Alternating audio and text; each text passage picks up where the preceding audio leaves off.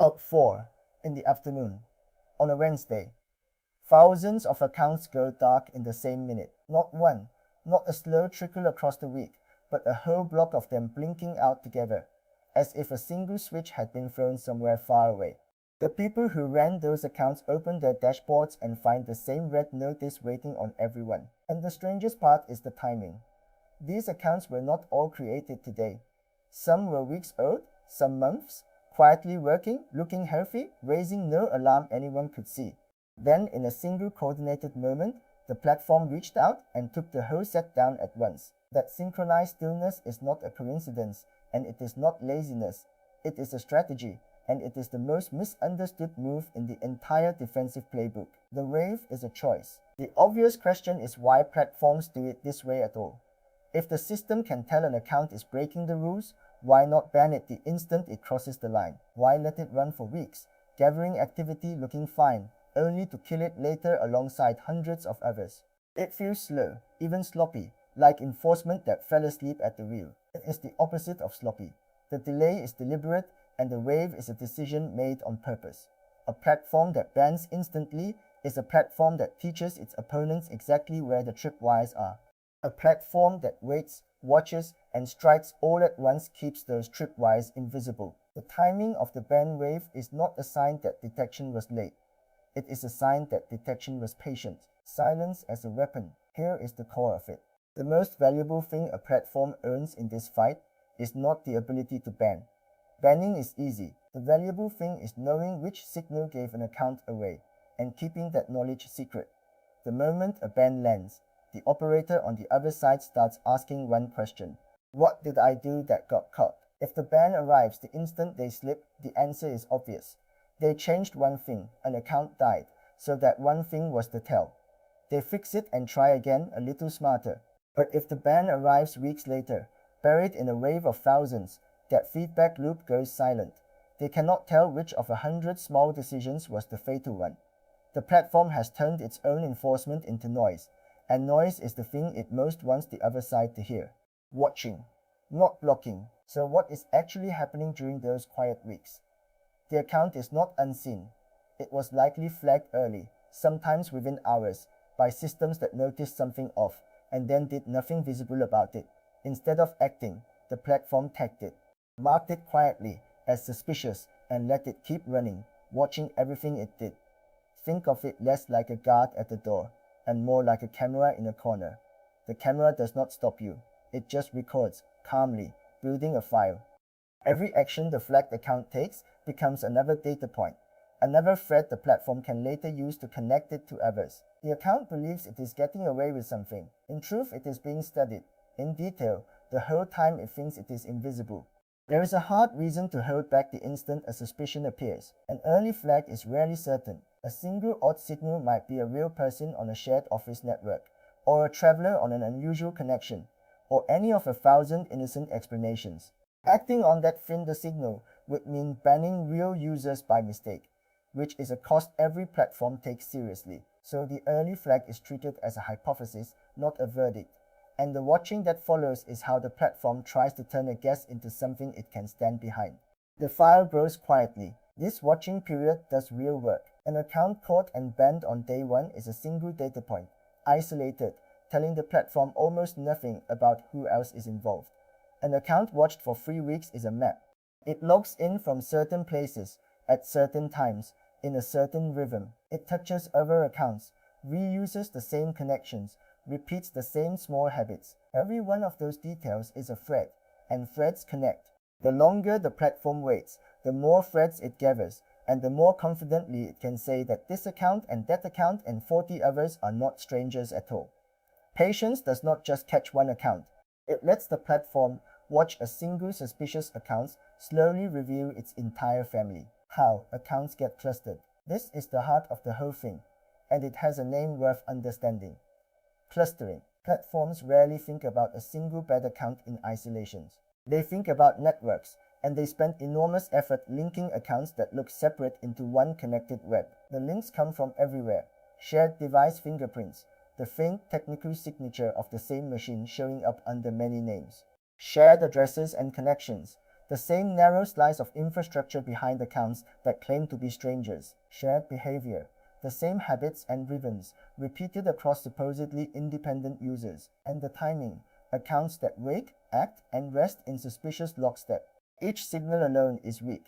Layered together, they draw a line around the group and say, this is one operation wearing many faces. The social graph gives it away. One form of clustering deserves its own moment because it is the hardest to escape. The social graph, who interacts with whom. Real accounts sit inside a messy organic web of human connection. Friends, follows, replies, the natural tangle of actual social life. Accounts built by one operation tend to betray themselves here because they end up connected mostly to each other. They follow the same handful of targets, prop each other up, cluster together in a way that real strangers never would. The platform can look at the shape of those connections alone, ignoring everything else, and see a tight little island that does not belong to the wider human map. The social graph turns a crowd of separate accounts back into the single hand that made them, and the connections do not even have to be direct. Two accounts that never once interacted can still be tied together if they both lean on the same narrow set of resources, the same devices, the same connections, the same odd little timing. The platform is not just asking who talked to whom, it is asking what quietly sits behind all of them. That hidden layer of shared infrastructure is often where the real link lives. Invisible from the outside, plain from the inside. The timing tells on itself. Timing deserves a closer look because it is one of the most stubborn giveaways. Real people are scattered across their days in messy human ways. They log in when they wake, drift off when they are busy, go quiet overnight, return at irregular hours shaped by lives the platform cannot see but can feel the shape of. An operation running many accounts struggles to fake that scatter convincingly. The accounts tend to wake and act in rhythms that are too regular, too clustered, too aligned with one another, because behind them is one schedule, one operator, one process driving the whole set. Even when each account looks ordinary in isolation, the way the group moves together in time draws a pattern that genuine independence almost never produces. The platform watches that rhythm build over the quiet weeks, and the synchronized heartbeat of the cluster becomes one more line in the file. While one tail brings down the web, now the clustering pays off in a way that feels almost unfair. Once a group is linked into a single cluster, the platform does not need to independently prove every member is guilty. It needs to be confident about the cluster. If enough accounts in the web cross a clear line, the suspicion bleeds across the connections to all of them. This is why a bandwave takes down accounts that, on their own, look perfectly clean. An account that never obviously broke a rule still falls because it was tied by fingerprint and behavior and connection to 40 others that did. The web is the unit of enforcement, not the individual. You do not get judged only by what you did. You get judged by the company your account keeps. Striking all at once, so why collapse the whole web in one synchronized moment instead of picking accounts off as they qualify? Because simultaneity is itself a defense. If the platform banned cluster members one at a time, the operator would watch them fall in sequence and start to learn. This one died after that action. That one survived. So maybe the difference between them is the clue. Taking the entire cluster down in the same minute erases that lesson. There is no sequence to read, no survivor to compare against the fallen, no slow drip of feedback to reverse engineer. The wave lands as one undifferentiated event. The operator is left staring at a total loss with no thread to pull, which is exactly the position the platform spent weeks of patience to create. Protecting the method. Step back and you can see what all the waiting really protects. The detection method itself. The specific signals, the exact thresholds, the particular combination of clues that flag the cluster in the first place. Those are the platform's most guarded secrets, because the moment they leak, every opponent calibrates around them. Instant, surgical bans leak that information constantly. Each precise strike whispers something about what was noticed. A delayed wave that sweeps thousands at once gives almost nothing away. The operator cannot tell whether it was the fingerprint, the timing, the connections, or the behavior that did it, because all of those accounts shared all of those traits and all of them died together. The method survives the enforcement, hidden, ready to be used again. The defensive payoff. It helps to spell out plainly what the platform actually gains by being patient. Because it is more than secrecy, there is an advantage in waiting too. An operation that has poured weeks of effort into building up a network has more to lose when that network falls all at once. The longer the platform lets the work accumulate, the heavier the eventual loss, and the more expensive the whole approach becomes to repeat. That is the quiet economics underneath the wave.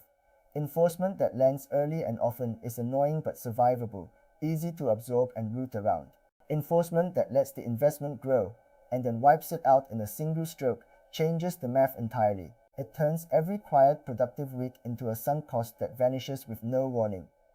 The platform is not only protecting its method, it is making the other side's whole effort more fragile by choosing the moment of collapse itself. The cat and mouse. None of this means the defenders win cleanly or forever. The other side adapts. They learn that consistency across accounts is dangerous, so they try to introduce variety. They learn that shared connections are a liability, so they try to spread out. Every defensive technique that gets understood eventually gets countered, and the platform has to find a new angle. So the whole thing is a slow loop. The platform finds a clustering signal that works, uses it quietly for as long as it can, and watches the other side slowly adapt around it. Then it shifts to a new signal, or a new combination, and the cycle restarts. The bandwave is one move in a game that never actually ends, only changes shape. The patience is not just a tactic for one round, it is what keeps the next round winnable. The eerie part, and here is where it settles into something genuinely unsettling. By the time the wave hits, the platform already knew. It knew for a long time. Those weeks where the accounts felt safe, productive, invisible, were not weeks of getting away with anything. They were weeks of being watched, catalogued and connected, with the outcome already decided and simply not yet delivered. The quiet was never safety. The quiet was the platform taking its time, building the file, drawing the web, waiting until it could take the whole thing down in one clean motion with nothing given away. When the notice finally arrives on thousands of screens at once, it is not the moment the platform found out. It is the moment it decided you were finally worth more dead than watched. If this is the kind of thing you find yourself turning over, the quiet machinery running underneath the platforms we all use every day, then this channel is your sort of place. There is nothing to sell you here, no product, just these systems taken apart and explained by someone who has spent a long time on the inside of them. Subscribe and follow the rabbit hole. Next time we go one layer deeper into the engine that feeds all of this. Account farming. The actual business of manufacturing accounts by the thousands. How the farms are built. How they try to make each new account look like a real and separate person. And the methods platforms use to spot and stop them. Once you see how the accounts are made, the bandwave looks less like an ending and more like the other half of a machine.